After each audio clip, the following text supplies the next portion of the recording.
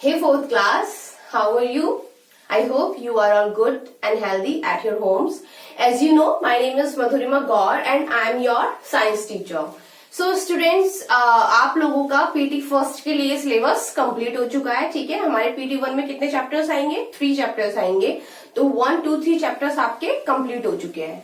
सो आज हम क्या करेंगे? आज हम करेंगे रिवीजन, ठीक है। तो अब हमारा क्या हो जाएगा शुरू? रिवीजन शुरू हो जाएगा। तो आज हम करेंगे चैप्टर नंबर 1 का revision and the name of chapter number 1 is living beings. Okay, तो स्टूडेंट्स फर्स्ट क्वेश्चन यही होता है कि लिविंग थिंग्स क्या होते हैं या फिर लिविंग बीइंग्स क्या होते हैं। लेकिन स्टूडेंट्स जब हम लिविंग बीइंग्स या फिर लिविंग थिंग्स के बारे में पढ़ते हैं तो उसके साथ ही हमें किस चीज की जानकारी होनी चाहिए? नॉन लिविंग थिंग या फिर नॉन लिविंग बीइंग्स की भी जानकारी होनी चाहिए, ठीक है। सो फर्स्ट हम पढ़ेंगे लिविंग थिंग्स। तो लिविंग थिंग्स कौन से होते हैं? Things that have life are called living things. तो जो चीजें लाइफ रखती हैं उनको हम क्या बोलते हैं? लिविंग थिंग्स बोलते हैं, ठीक है। फॉर एग्जाम्पल हम ले सकते हैं human being, animals, birds, tree. तो ये सब क्या है? लिविंग थिंग्स हैं, ओके, क्योंकि ये क्या रखते हैं? लाइफ रखते हैं, ठीक है। वैसे ही अब non living things. So things that have no life are called non living things. तो ऐसी चीजें जो लाइफ नहीं रखती उसको हम क्या कहते हैं? नॉन लिविंग थिंग्स कहते हैं। For example chair, table, duster. तो ये सब क्या है? नॉन लिविंग थिंग्स हैं। और नॉन लिविंग थिंग्स को जो यूज में आई जाती है वो किसके द्वारा यूज में आती है बच्चों? लिविंग थिंग्स के द्वारा ही, ठीक है। तो लिविंग थिंग्स ही नॉन लिविंग थिंग्स को क्या करते हैं? यूज करते हैं, ठीक है। अब हमारे आते हैं करेक्टरिस्टिक्स, ठीक है। तो हमें ये पता चल गया कि लिविंग थिंग्स कौन से होते हैं और नॉन लिविंग थिंग्स कौन से होते हैं। तो लिविंग थिंग्स कौन से होते हैं स्टूडेंट्स? जिनके अंदर लाइफ होती है। और नॉन लिविंग थिंग्स कौन से होते हैं बच्चों? जिनमें लाइफ नहीं होती है, जिन चीजों में लाइफ नहीं होती है, ठीक है। तो अब हमें जरूरी है उनकी करेक्टरिस्टिक्स को जानना। तो उनकी करेक्टरिस्टिक्स कितने होते हैं? तो students there are 7 characteristics, okay. तो यहाँ पे कितने करेक्टरिस्टिक्स होते हैं? 7 करेक्टरिस्टिक्स होते हैं, जो कि कौन कौन से होते हैं बच्चों? Feeding, breathing, throwing out waste, growing, moving, responding and reproducing, ठीक है। फीडिंग का मतलब आपको पता है। फीडिंग का मतलब क्या होता है? जब जो ह्यूमन बीइंग होते हैं या फिर लिविंग बीइंग होते हैं उनको क्या जरूरत होती है? खाने की जरूरत होती है। तो फीडिंग उसी चीज में आता है। ब्रेथिंग, जो ह्यूमन बीइंग होते हैं या फिर जो हमारे लिविंग बीइंग होते हैं वो क्या करते हैं? सांस लेते हैं। थ्रोइंग आउट वेस्ट, तो उनका एक कैरेक्टरिस्टिक होता है कि जो लिविंग बीइंग होते हैं वो जो वेस्ट होता है उसको बाहर निकाल देते हैं। ग्रोइंग यानी कि वो बढ़ते हैं, ग्रो होते हैं, ठीक है। मूविंग, वो एक जगह से दूसरी जगह क्या कर सकते हैं? मूव कर सकते हैं। रेस्पॉन्डिंग, जो लिविंग बीइंग्स होते हैं वो रेस्पॉन्ड भी करते हैं किसी भी चीज का, ठीक है। अगर वो हैप्पी होते हैं तो वो खुश होते हैं, और अगर उनको हर्ट होता है तो वो क्या हो जाते हैं? दुखी हो जाते हैं। तो वैसे क्या करते हैं? अपनी फीलिंग्स का रेस्पॉन्ड करते हैं, अपनी फीलिंग्स को भी क्या करते हैं? शो करते हैं, ठीक है। फिर आता है रिप्रोड्यूसिंग। तो जो लिविंग बीइंग होते हैं वो क्या करते हैं? रिप्रोड्यूसिंग भी करते हैं, मतलब अपने जैसा एक नया, जैसे कि एक प्लांट होता है ना, मैंगो ट्री होता है। तो मैंगो ट्री में अगर हम उसके शीड को बो दें तो हमें क्या मिलता है? उसी के जैसा एक छोटा प्लांट मिल जाता है। तो रेस्पॉन्डिंग उसी में आता है, ठीक है। तो स्टूडेंट्स आप लोगों को ये समझ में आ गया होगा कि लिविंग बीइंग्स कौन सी होते हैं, नॉन लिविंग थिंग्स कौन सी होती हैं, करेक्टरिस्टिक्स इनके क्या होते हैं, ठीक है। तो अब हम आगे जो पढ़ेंगे वो पढ़ेंगे living things and non living things में डिफरेंस। क्यों? क्योंकि अगर हम लिविंग थिंग्स पढ़ रहे हैं बच्चों तो उसी के साथ हमें नॉन लिविंग थिंग्स को भी जानना जरूरी है, ठीक है। तो अब हम क्या पढ़ेंगे? Living things and non living things में difference, okay friends. We will discuss about differences between living things and non-living things. So देखिए, living things and non living things कैसे एक दूसरे से डिफरेंस रखती हैं। तो देखिए, number 1 point is from living things can move on their own. तो जो लिविंग थिंग्स होती हैं वो क्या करती हैं? वो अपने आप एक जगह से दूसरी जगह तक चल सकती हैं। Non living things can not move on their own. लेकिन जो नॉन लिविंग थिंग्स होती है वो अपने आप से नहीं चलती है, ठीक है। उनको लिविंग थिंग्स चलाती हैं। जैसे कि मैं कौन हूं? एक ह्यूमन बीइंग हूं, यानी कि एक लिविंग बीइंग हूं। तो मैं इस मार्कर को यहाँ अभी मेरे पास है और मैं इसको यहाँ पे भी रख सकती हूँ, तो यहाँ पे कैसे गया, मेरे द्वारा चल गई तो वहां गया, तो वो अपने आप से नहीं चलते। Living things grow with time, living things जो होते हैं वो टाइम के साथ ग्रो करते हैं। Non living things don't grow, लेकिन जो नॉन लिविंग थिंग्स होते हैं वो ग्रो नहीं करते। Living things need air to breathe, living things को ब्रीथिंग के लिए किसकी जरूरत होती है, एयर की जरूरत होती है। Non living things don't breathe, लेकिन जो नॉन लिविंग थिंग्स होते हैं बच्चों वो ब्रीथ नहीं करते। Living things need food to grow, living things को किस चीज की जरूरत होती है, फूड की जरूरत होती है ग्रो करने के लिए। Non living things do not food, लेकिन जो नॉन लिविंग थिंग्स होते हैं उनको फूड की जरूरत नहीं होती। लिविंग थिंग्स फील चेंज, जो लिविंग थिंग्स होते हैं वो क्या करते हैं, चेंज को फील करते हैं। Non living things don't feel, लेकिन नॉन लिविंग थिंग्स कुछ भी फील नहीं करते। Living things reproduce, living things जो है वो रिप्रोड्यूस करते हैं, non living things don't reproduce, और नॉन लिविंग थिंग्स रिप्रोड्यूस नहीं करते। लिविंग थिंग्स के जो एग्जाम्पल्स होते हैं स्टूडेंट्स वो होते हैं human beings, animals and plants. और नॉन लिविंग थिंग्स के जो एग्जाम्पल्स होते हैं स्टूडेंट्स वो होते हैं बुक, पेंसिल, बैट एक्सेट्रा।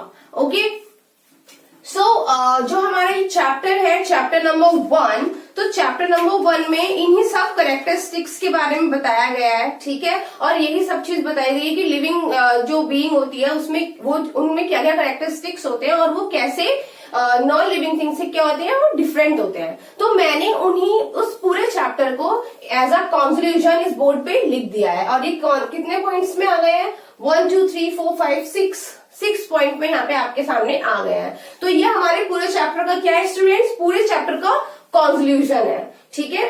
तो अगर आपको पूरा चैप्टर समझना है तो आप इन पॉइंट्स को भी क्या कर सकते हैं, ध्यान में रख सकते हैं, अच्छे से पढ़ सकते हैं। अगर आप लोगों ने इन सबको बहुत अच्छे से पॉइंट्स को पढ़ लिया तो आपका ये चैप्टर पूरा क्या हो जाएगा, थोड़ा बहुत कवर अप हो जाएगा, आपको समझ आ जाएगा कि इस चैप्टर में है क्या, ठीक है। सो अब हम आगे नेक्स्ट मूव करेंगे। So students, there are some important points from the chapter number 1. Okay, so आप इन points को learn कर सकते हैं या फिर अपने रफ कॉपी में नोट डाउन भी कर सकते हैं। तो ये जो आपके कुछ पॉइंट्स हैं, तो ये पॉइंट्स क्या है, आपके पूरे चैप्टर का क्या है, कंक्लूजन है। मैंने आपके चैप्टर से जो भी इम्पोर्टेंट चीजें हैं वो मैंने यहाँ पर लिख ली है, वो मैंने आपके चैप्टर से निकाल ली है, ठीक है। तो आप इन पॉइंट्स को लर्न कर सकते हैं, ठीक है। So first point is students, plants make their own food from carbon dioxide and water. तो जो प्लांट्स होते हैं बच्चों, तो वो अपना फूड कैसे बनाते हैं, वो अपना फूड अपने आप बनाते हैं। और कैसे बनाते हैं बच्चों, कार्बन डाइऑक्साइड और वाटर से अपना फूड बनाते हैं, ठीक है। All animals depend on plants for food. बच्चों जितने भी एनिमल्स होते हैं तो वो फूड के लिए किस पे डिपेंड होते हैं, प्लांट्स पे डिपेंड होते हैं। We take in air and use the oxygen in it to produce energy. तो we take in air and use the oxygen in it to produce energy। तो जब हम सांस लेते हैं तो हम सांस के साथ क्या लेते हैं, एयर लेते हैं। और इस एयर में क्या होता है, ऑक्सीजन होता है, जैसे कि मैं आपको इस चैप्टर में पढ़ा चुकी हूँ, ठीक है। तो जो ऑक्सीजन होता है तो वो जब अंदर जाता है हमारे, तो वो क्या प्रोड्यूस करता है बच्चों, एनर्जी प्रोड्यूस करता है। और वो मैंने आपको चैप्टर जब हमने पढ़ाया था तो मैंने आपको बताया था कि वो एनर्जी प्रोड्यूस कैसे करता है। तो कैसे करता है, आप लोगों को ध्यान है वो चीज कि वो एनर्जी प्रोड्यूस कैसे करता है। क्या बताया था मैंने कि जब हम ऑक्सीजन लेते हैं अंदर, ठीक है, तो वो ऑक्सीजन किसके साथ कंबाइन करता है स्टूडेंट्स, हमारे फूड के साथ कंबाइन करता है। और जब फूड के साथ कंबाइन करता है तो हमें क्या मिलती है, एनर्जी मिलती है। और उसके साथ क्या क्या रिलीज होती है, कार्बन डाइऑक्साइड रिलीज होती है और वाटर वेपर रिलीज होती है, ठीक है। Next point is tea plants and coffee plants are the plants based that are useful। तो जो हमारे टी प्लांट और कॉफी प्लांट होते हैं, ठीक है, तो वो क्या होते हैं, प्लांट वेस्ट होते हैं, जो कि क्या होते हैं, बहुत ज्यादा इंपॉर्टेंट होते हैं। कैसे इंपॉर्टेंट होते हैं बच्चों, ये मैंने आपको चैप्टर में पढ़ाया था। कैसे इंपॉर्टेंट होते हैं, जो हमारे कुछ जो ट्रीज होते हैं, तो वो क्या करते हैं, अपने वेस्ट को क्या करते हैं, वो अपने लीव्स में स्टोर कर लेते हैं। और वो जो लीव्स होते हैं, वो जो उनका वेस्ट होता है, जो कि वो स्टोर करते हैं लीव्स में, वो हमारे लिए क्या होते हैं, इंपॉर्टेंट होते हैं। कैसे इंपॉर्टेंट होते हैं, जैसे कि टी की जो लीव होती है वो हमारे लिए बहुत इंपॉर्टेंट होती है। जब हम चाय बनाते हैं तो किस चीज का यूज करते हैं, टी लीव्स का यूज करते हैं। वैसे ही जब हम कॉफी बनाते हैं, तो जो कॉफी बनती है, ठीक है, तो वो कॉफी किस चीज से बनती है, कॉफी के शीड्स होते हैं जिससे कॉफी बनती है। तो वो अपने स्टोर किस में कर लेती है, कॉफी शीड्स में अपनी वेस्ट स्टोर कर लेती है। Next point is potato and onion are two plants that we can grow without seeds. तो मैंने आपको बताया था कि कुछ प्लांट्स जो होते हैं वो शीट से ही नहीं ग्रो होते, अलग अलग तरीके से भी ग्रो होते हैं, ठीक है। जैसे कि मैंने बताया था आपको कि जो रोज प्लांट होता है वो कैसे ग्रो होता है, उसकी स्टेम लगाकर वो ग्रो होता है, ठीक है। वैसे ही जो मनी प्लांट होता है वो भी कैसे ग्रो होता है, उसकी भी हम स्टेम लगा के उसे ग्रो कर लेते हैं, ठीक है। तो वैसे ही जो हमारे पोटैटो और अनियन होते हैं, तो वो भी शीड से ग्रो नहीं होते, ठीक है। पोटैटो और onion are two plants that we can grow without seeds. तो अनियन और plants potato and onion are the two plants, ऐसे प्लांट्स हैं ये जिनको हम विदाउट शीड्स भी क्या कर सकते हैं, ग्रो कर सकते हैं। The root always grows downwards and the stem always grow upwards। तो जैसे कि मैंने आपको इसकी तो एक वो भी बताई थी एक्टिविटी से क्या हुआ था, प्रूव हुआ था। आई होप आप लोगों ने घर पे वो करके देखी होगी एक्टिविटी। तो एक्टिविटी क्या थी, चलो एक्टिविटी आप पढ़ लीजिएगा, आपकी बुक में है, ठीक है। तो हमने एक्टिविटी से ये प्रूव भी किया था कि the root always grows downwards, की जो रूट्स होती हैं वो हमेशा कैसे जाती हैं, वो डाउनवर्ड्स जाती हैं, ठीक है, नीचे की ओर ग्रो होती हैं।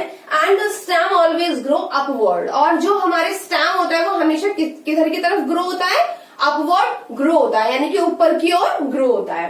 Fish breathe with the help of their gills. तो जो फिश होती है बच्चों, जो फिश होती है वो किस चीज से ब्रेथिंग करती है, उनके गिल्स से ब्रेथिंग करती है, ठीक है। तो ये मैंने आपको जो पॉइंट्स बताए ये आपके पूरे एक चैप्टर का क्या है, कंक्लूजन है, ठीक है। तो क्या कर सकते हैं कि अभी आप अगर इनको अपनी कॉपी में नोट डाउन करना है तो आप नोट डाउन कर लीजिए, जो कि बहुत ज्यादा इंपॉर्टेंट है, ठीक है।